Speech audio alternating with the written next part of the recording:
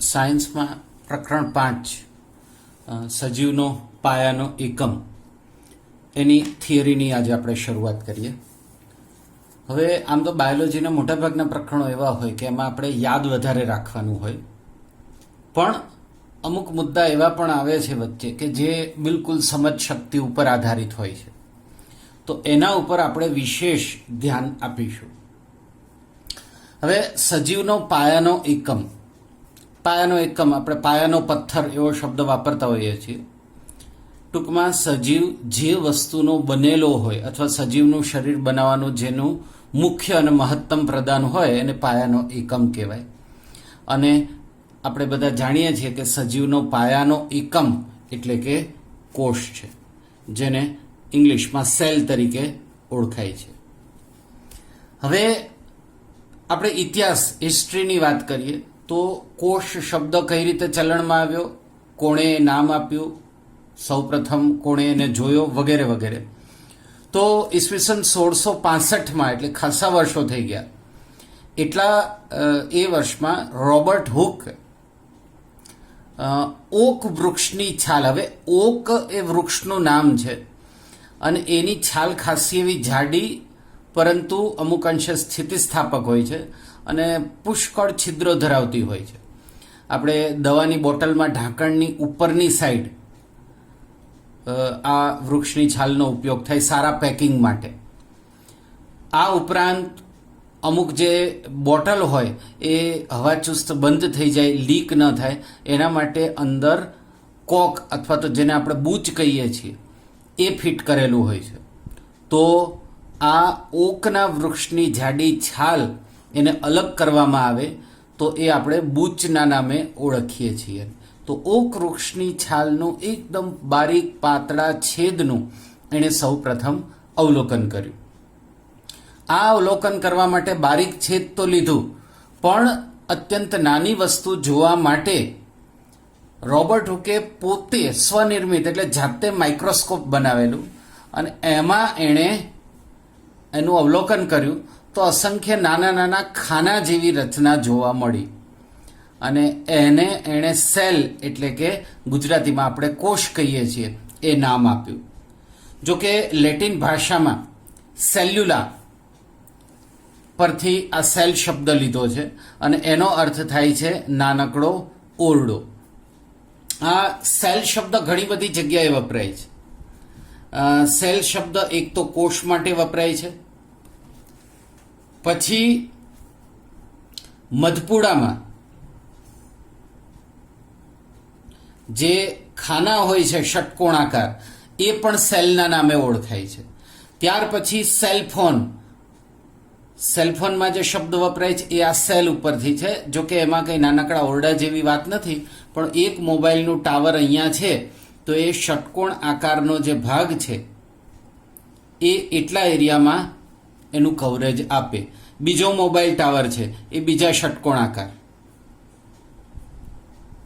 એ રીતે આનાથી ફાયદો એ થાય કે એક ટાવરને લગભગ સમાન વિસ્તારમાં એનું નેટવર્ક વિસ્તારવાનું હોય, બહુ વધારે ને બહુ ઓછું પણ નહીં, અને વચ્ચે કોઈ પણ એરિયા બાકી પણ ના રહી જાય. જેમ કે વર્તુળાકાર કરો તો કેન્દ્રથી એક્ઝેક્ટ ત્રિજ્યા જેટલા અંતરે જ નેટવર્ક ફેલાવાનું થાય તો એકદમ ઇઝી પડે.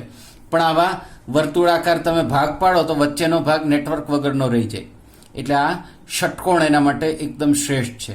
અને ચોરસ વિચારો તો ચોરસમાં બિલકુલ કોઈ વચ્ચે જગ્યા ખાલી ના રહી જાય નેટવર્ક વગરની, પણ એમાં કેન્દ્રથી એક જે બાજુનું મધ્ય બિંદુ છે એ અંતર પ્રમાણમાં ઘણું ઓછું થાય અને જે ખૂણો હોય એ અંતર વધી જાય. એટલે વચ્ચે જગ્યાએ ખાલી ના રહેવી જોઈએ અને અંતરનો ડિફરન્સ ટાવરથી વધારે ના હોવો જોઈએ. એટલે આ ષટકોણાકાર, તો એને પણ સેલફોન એ આના ઉપરથી સેલ જેવો જે આકાર છે જે મોબાઈલ ટાવર જેટલા એરિયામાં નેટવર્ક પૂરું પાડે એના ઉપરથી સેલફોન નામ આવ્યું છે. એટલે આ ઘણી બધી જગ્યાએ સેલ શબ્દ વપરાતો હોય છે. અને એક યાદ રાખજો, આ અંગ્રેજીનો પીરિયડ નથી, પણ સેલ દુકાનમાં જે હોય છે એ સેલ એટલે વેચાણ છે. એ સ્પેલિંગ અલગ હોય, એનો અર્થ પણ અલગ હોય.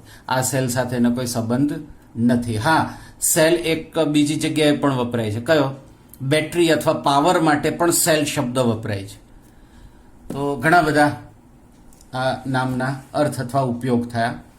તો ચલો, હા, એક રહી ગયું ભાઈ, સેલ્યુલર જેલ તમે કદાચ નામ સાંભળ્યું હશે, બરાબર, આંદમાન છે જ્યાં આપણા ક્રાંતિકારીઓને રાખવામાં આવતા. એ સેલ્યુલર જેલ પણ આ રીતે જ નામ પાડ્યું છે. દરેક જે સ્વતંત્ર સેનાને રાખવાનો જે ઓરડો હતો એ એકદમ નાનો અને એક ચોક્કસ આકારનો હતો, એટલે અસંખ્ય નાના નાના ખાનાઓ જેવી રચના હતી, એટલે એને સેલ કહેવાય. જેલમાં જે નાનકડી કોટડી હોય એને પણ સેલ કહેવાય. એટલે એ સેલ્યુલર જેલ એટલે નાની નાની કોટડીઓથી બનેલી જેલ, એ રીતે પણ નામ આ સેલ એમાં વપરાતો હતો. ચલો હવે આપણે આગળ વાત કરીએ.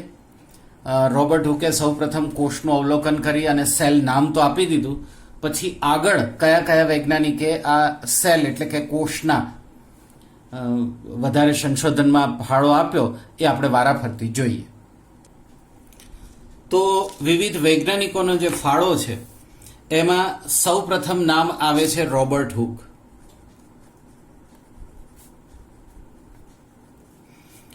આ રોબર્ટ હુકે 1665માં સૌપ્રથમ કોષનું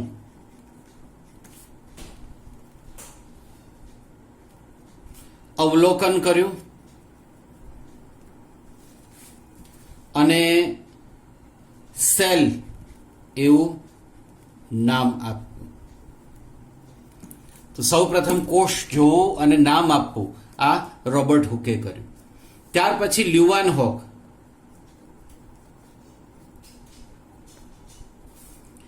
1674 સૌપ્રથમ મુક્તજીવી કોષનું અવલોકન કર્યું.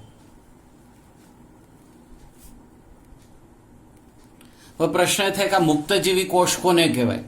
તો એવો કોષ કે જે પોતાની રીતે મુક્ત રીતે પોતાની ઈચ્છા પ્રમાણે હલનચલન કરી અને એક બીજી જગ્યાએ જઈ શકે, અને મુક્તજીવી કહેવાય.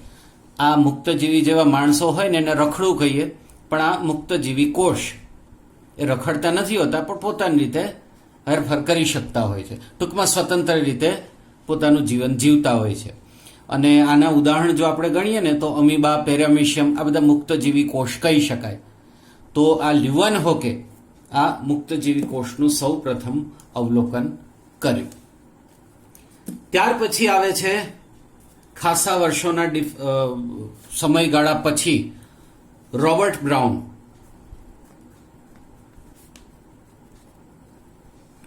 રોબર્ટ બ્રાઉને 1831ના વર્ષમાં કોષ કેન્દ્ર જોયો અને કોષ કેન્દ્રનું સંશોધન કર્યું અને નામ પણ આપ્યું કે આને કોષ કેન્દ્ર કહેવાય. હવે આટલા બધા વર્ષો શું કામ લાગ્યા? કે શરૂઆતમાં જે માઇક્રોસ્કોપ હતા એ નિમ્ન કક્ષાના હતા, બહુ સારું એમાં જોઈ ના શકાતું. ધીમે ધીમે વિકાસ થતા થતા ઘણા વર્ષોના પ્રયત્ન અંતે સારા પ્રકારના માઇક્રોસ્કોપ બનતા થયા અને પરિણામે કોષ કેન્દ્ર જોઈ શકાયું. શરૂઆતના જે માઇક્રોસ્કોપ હતા એમાં કોષ કેન્દ્ર જોવું શક્ય ના હતું. તો રોબર્ટ બ્રાઉને કોષ કેન્દ્રનું સંશોધન કર્યું. ત્યાર પછી ફાળો આવે છે પર્કિન્જે. એણે 1839માં કોષની અંદર રહેલા પ્રવાહી દ્રવ્ય માટે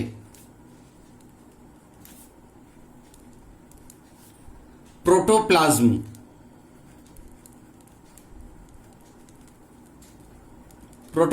આપણે ગુજરાતીમાં કહીએ છીએ કોષ રસ નામ આપ્યું. આપણે કોષરસ માટે જીવરસ એવો શબ્દ પણ વાપરીએ છીએ. જીવરસ કે કોષરસ. જીવરસ નામ એટલા માટે આપીએ છીએ કે આ કોષરસ તો ખરો પ્રવાહી છે, પણ એ સજીવ છે, જીવંત છે, એટલે એના માટે જીવરસ નામ પણ આપ્યું.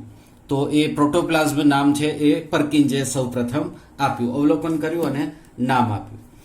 ત્યાર પછી એક ખૂબ અગત્યનો વાદ એ સ્લાઇડન અને શ્વને આપ્યો. આ શ્વોન લખવામાં ધ્યાન રાખજો, વો લખજો, શ્વાન ના લખતા, એનો અર્થ બદલાઈ જાય. અને શું અર્થ થાય તમને ખબર હશે. એણે 1838 અને 1839 આ પરકિંજેના સમયગાળા દરમિયાન કોષવાદ આપ્યો. હવે આ કોષવાદ શું છે? તો સ્લાઇડન અને શોને કોષવાદના બે મુદ્દા આપ્યા. પહેલો મુદ્દો એ હતો કે બધા જ વનસ્પતિ અને પ્રાણીઓ, વનસ્પતિ અને પ્રાણીઓ બધું ભેગું કરી લઈએ તો કોમન એક શબ્દ વાપરીએ, બધા જ સજીવો કોષના, કોષ એટલે એક વચન નહીં હોય, અહીંયા બહુવચન જ સમજવાનું, કોષોના બનેલા છે. આ પહેલો મુદ્દો. અને આ કોષવાદનો બીજો મુદ્દો હતો કોષ સજીવનો પાયાનો એકમ છે. અને બીજી ભાષામાં એમ પણ કહેવાય કે કોષ છે સજીવનો રચનાત્મક અને ક્રિયાત્મક એકમ છે. રચનાત્મક એટલે રચના જેનાથી થઈ હોય એ, આખા શરીરની રચના કોષથી થયેલી છે. અને ક્રિયાત્મક એકમ એટલે શરીરમાં કોઈ પણ કાર્ય કરવાનું હોય, હાથ હલાવવું, પગ હલાવવું કે આંખો પટપટાવી કે બોલવું, આ બધું કોષથી શક્ય બને એટલે ક્રિયાત્મક એકમ પણ કહેવાય છે. અને ત્યાર પછી વિશોર્વ,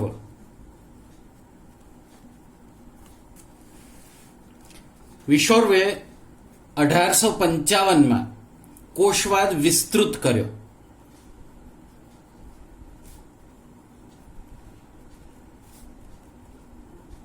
વિસ્તૃત કર્યો એટલે બે મુદ્દા તો સ્લાઇડન અને શોને આપ્યા જ હતા. વિશોર્વે આમાં એક ત્રીજો મુદ્દો ઉમેર્યો એટલે એને કહેવાય કે એણે કોષવાદને વિસ્તૃત કર્યો. એ ત્રીજો મુદ્દો કયો હતો? એ હતો પૂર્વ અસ્તિત્વ ધરાવતા કોષોમાંથી જ નવા કોષો સર્જાય. ટૂંકમાં કોષ તમે રો મટીરિયલ, નિર્જીવ વસ્તુ હોય એમાંથી બનાવી શકો નહીં. અગાઉ જે ઓલરેડી કોષ હોય એમાંથી જ નવો કોષ બનાવી શકાય. આ ત્રીજો મુદ્દો વિશોર્વે ઉમેર્યો એટલે એમ કહી શકાય કે એણે કોષવાદને વિસ્તૃત કર્યો. હવે અહીંયા જે એક મોટો ગેપ દેખાય છે અને પછી જુઓ તરત ખૂબ નજીકના સમયગાળામાં નવી નવી શોધો થતી ગઈ. એ ગેપનું કારણ હતું માઇક્રોસ્કોપનું સારી ક્વોલિટીનું બનવું. ત્યાર પછી નવા સંશોધનોને વેગ મળ્યો 1940 પછી. કારણ કે 1940માં ઇલેક્ટ્રોન માઇક્રોસ્કોપની શોધ થઈ અને માઇક્રોસ્કોપની શોધ થયા પછી કોષની અંદર, કોષ દિવાલ ને કોષ કેન્દ્ર ને કોષરસ ને એ બધું તો ઠીક, પણ કોષની અંદર આવેલી અલગ અલગ પ્રકારની અંગિકાઓ જોઈ શકાય, એની રચના, કાર્ય પદ્ધતિ એ સમજી શકાયું, એનું કાર્ય ખબર પડી. આ બધું 1940 પછી થયું. એટલે કોષના ક્ષેત્રે નવું નવું સંશોધન 1940 પછી ખૂબ ઝડપથી થવા લાગ્યું અને એનું કારણ હતું ઇલેક્ટ્રોન માઇક્રોસ્કોપની શોધ. ચલો હવે આ તો ઇતિહાસની વાત થઈ, જે કંઈ શોધાણું કર્યું. હવે આપણે કોષની રચના, શેનો બનેલો છે વગેરે વગેરે બાબતોની ચર્ચા શરૂ કરીએ. હવે આગળનો મુદ્દો આવે છે સજીવોના પ્રકાર. હવે જો આમ તો સજીવોના અનેક પ્રકારો છે, પણ અહીંયા આપણે જે સંદર્ભ લેવાનો છે એ છે એકકોષી સજીવ અને બહુકોષી સજીવ. આ સિવાય ઘણા પ્રકાર પડે છે, પણ અત્યારે આપણે આનો અભ્યાસ કરવાનો છે. તો એકકોષી સજીવ કોને કહેવાય? તો જે સજીવ ફક્ત એક જ કોષનો બનેલો હોય.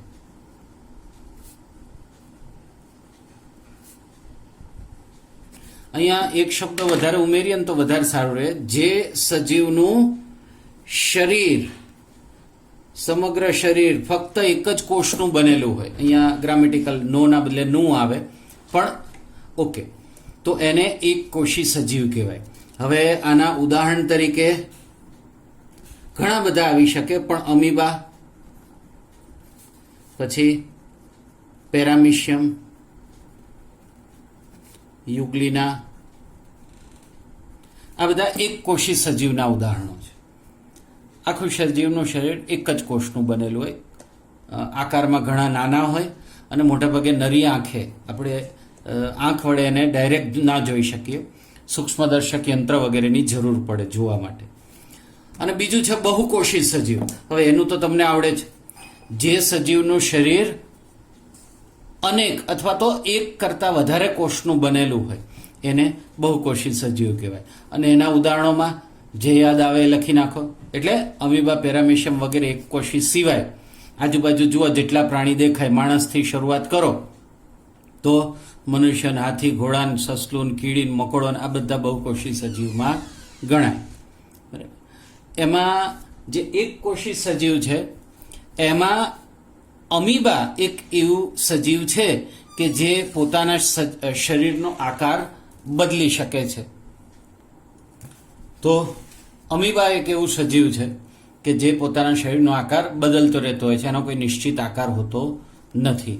એટલે એવું કહેવાય કે જે વિદ્યાર્થીને એકે આકૃતિ દોરતા ના આવડતી હોય એ પરફેક્ટ સાચી આકૃતિ કોની દોરી શકે? અમીબાની. કારણ કે એનો કોઈ આકાર જ નક્કી નથી હોતો, જેવું દોરે એવું સાચું ગણાય. ચલો, આ તો મજાકની વાત થઈ. હવે કોષનું બંધારણ, એના વિશે આપણે આગળ અભ્યાસ કરવાનો છે. હવે કોષના બંધારણમાં આપણે વનસ્પતિ અને પ્રાણી કોષની આકૃતિ આગળ દોરવાની છે, પણ અહીંયા હું એક રફ આઈડિયા તમને આપું છું.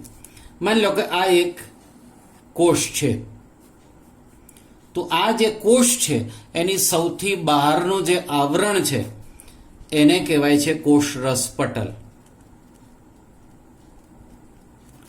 પ્રશ્ન એ થાય ઘણાને કે સાહેબ સૌથી બહાર તો કોષ દિવાલ હોય છે ને, તો કોષ દિવાલ ફક્ત વનસ્પતિ કોષને જ હોય, પ્રાણી કોષમાં કોષ દિવાલ હોતી નથી. પરંતુ વનસ્પતિ અને પ્રાણી બંને કોષમાં કોષરસ પટલ તો હોય જ છે. એટલે આપણે અહીંયા કોષરસ પટલ લખ્યું છે. કોષ દિવાલની વાત અત્યારે નથી કરવાની, આગળ પછી કરીશું. તો આ સૌથી બહારનું આવરણ કોષરસ પટલ છે, એના વિશે વિગતવાર પછી ચર્ચા કરીશું. અને સૌથી વચ્ચે મધ્યનો ભાગ જો ગણો તો એને આપણે કહીશું કોષ કેન્દ્ર.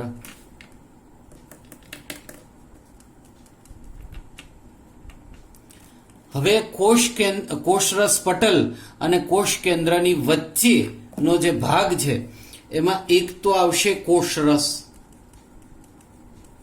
અર્ધપ્રવાહી અર્ધઘન જેવું, એકદમ જેલી જેવો પદાર્થ, થોડો ચીકણો પણ ખરો. અને એ કોષરસ છે, એને જીવરસ પણ કહેવામાં આવે છે, કારણ કે જીવંત દ્રવ્ય છે. એ પણ હોય અને અસંખ્ય નાની મોટી અંગિકાઓ જોવી મળે છે જે કોષરસમાં હોય, તો એને અન્ય જીવરસની અંદર આવેલી કોષની અંગિકાઓ, એ રિબોઝોમ ને કણાભ સૂત્ર ને હરિતકણ ને ઘણું બધું આવશે, એ આગળ આપણે ચર્ચા કરીશું. તો આ કોષના બંધારણમાં આ આટલી મુખ્ય વસ્તુઓ આવે. અને જો પ્રાણી કોષમાં લાગુ ન પડે પણ વનસ્પતિ કોષ હોય તો આ કોષરસ પટલની બહાર નિર્જીવ સેલ્યુલોસની બનેલી કોષ દિવાલ પણ હોય છે. પણ આ કોષનું મુખ્ય બંધારણ થયું. હવે એ બંધારણીય આયોજન અથવા બંધારણમાં સૌથી પહેલી શરૂઆત તો કોષરસ પટલથી કરીશું, પછી આગળ ધીમે ધીમે બીજી ચર્ચા કરીએ. તો સૌથી પહેલા તો આપણે કોષરસ પટલ વિશે થોડી ચર્ચા કરી લઈએ. હવે સૌથી બહારનું જે આવરણ છે એને કોષરસ પટલ કહેવાય છે, જેને કોષીય પટલ પણ કહેવાય છે. આ કોષરસ પટલ કોષની સૌથી બહારનું અને જીવંત આવરણ છે. એમાં જીવ હોય છે, સજીવ છે, નિર્જીવ નથી હોતું. તો આ કોષરસ પટલ કોષનું સૌથી બહારનું આવરણ છે અને જીવંત આવરણ છે. કોષરસ પટલનું જો કાર્ય ગણીએ તો એક તો કોષને બાહ્ય પર્યાવરણથી અલગ કરે. આપણને ખબર પડે કે ભાઈ અહીંયા કોષ શરૂ થયો, તો બહારનું આજુબાજુ જે પર્યાવરણ છે એમાંથી કોષને અલગ કરે. આ ઉપરાંત કોષનો પોતાનો આકાર જાળવી રાખે. બીજું પસંદગીમાન પ્રવેશશીલતા દર્શાવે, એટલે કે કોષ માટે જરૂરી ઘટક હોય એને અંદર દાખલ થવા દે. કોષ માટે નકામા, બિનજરૂરી કે હાનિકારક ઘટક હોય એને કોષની બહાર નિકાલ થવા દે. પણ કોષ માટે જરૂરી ન હોય અથવા હાનિકારક કે વધારાના ઘટકો છે એને કોષમાં દાખલ થવા દે નહીં. આ બાબતને પસંદગીમાન પ્રવેશશીલતા કહેવાય. પ્રવેશ થવા દે પણ કોનો? પસંદગીની વસ્તુઓનો જ, અથવા તો આવશ્યકતા હોય એ જ વસ્તુઓ. તો આ કોષરસ પટલ પસંદગીમાન પ્રવેશશીલતા દર્શાવે છે. હવે કોષરસ પટલની આટલી મુખ્ય બાબતો જોઈ લીધા પછી હવે આપણે એક બે બાબતોની ચર્ચા કરવાની છે. એ છે પ્રસરણ, આશ્રુતિ વગેરે. એક ખાલી પ્રસરણની વાત કરી લઈએ, કારણ કે બીજી તો વાત આજે થઈ શકશે નહીં, સમય પૂરો થવા આવે છે.